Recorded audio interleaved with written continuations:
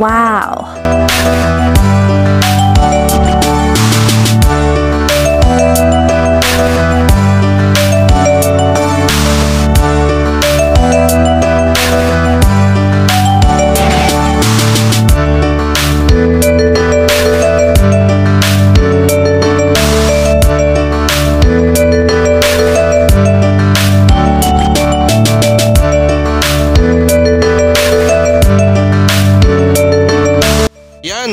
Namili po tayo ngayon at tapos na. Nandito na ang aking at ang mga kasamahan ko na lang ang wala pa. Ito may kasama akong isa oh. Ang mura ngayon ang bilihin. Ben, magkano bili mo nito? Ano to? Bagyo? Bagyo beans. Bagyo beans. Singinta. Singinta. 10 kilo. Pero ano yan? Hindi good. Hindi, ano lang yan. Ben, natin ang isa. Semi-reject lang yan. Semi-reject lang. Ben. Ang good niyan, mga magkano kaya? 300 ang good. 300. Pero ito 50 lang. Tapos tong pitsay mo. Ito, Aba, mura na rin. Ano? Ito, Ben, magkano? Itong... 20 rin po ang bilog. Aba, 120 rin ang bilog. Ang good niyan, natalong. Mga sa 400 ang good yan. Ito. Ano to? Ganyan.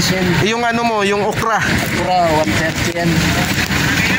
Ano yan, bagayat lang yan sa inyo. Ano pang ayo? Ben, ang ano mo pa, ang labanos. Kaya laban na 110 lang yan. Magkano? 110? Ba, mura, 10 kilo. Ano ba? Doon sa pisto? Oo. Ayan, medyo mura-mura ngayon ang ating mga biling gulay. Ito naman, bili ko ng kamuti. Ang isang 250 po yun, ang bawat isa. Saka yung talong ko, na may talong din ako na isa. Ayan, 20 kilos, 130. Tapos, sa loob na. yung kamatis mo nga pala, Bin, na... Kilos, 150. 20 kilos, isang 150 lang, 20 kilos. Ano yun? Is small. O yan. Yan, 20 kilos. Ano? Tapos yung kamuti na yun, dami ng kamuti. Nagtanong rin ako diyan kanina kung magkano yan po. Siguro nasa 450 ang 10 kilo. Pero ganda naman. Oo, maganda naman. Yung violet naman, abay 450 din. Mataas ngayon ang kamuti na ganyan. Okay, mamaya na po ulit pagka nandito na rin ang mga kasamahan natin. Ayan, may dumating na kasama natin. May dalang ampalaya. Ang ganda ng ampalaya 10 kilo to. 28, 280 daw po ito. Ang ganda. Medyo mababa po ngayon ang ating mga gulay. Mga bilihin gulay dito sa Tanawan, Batangas po.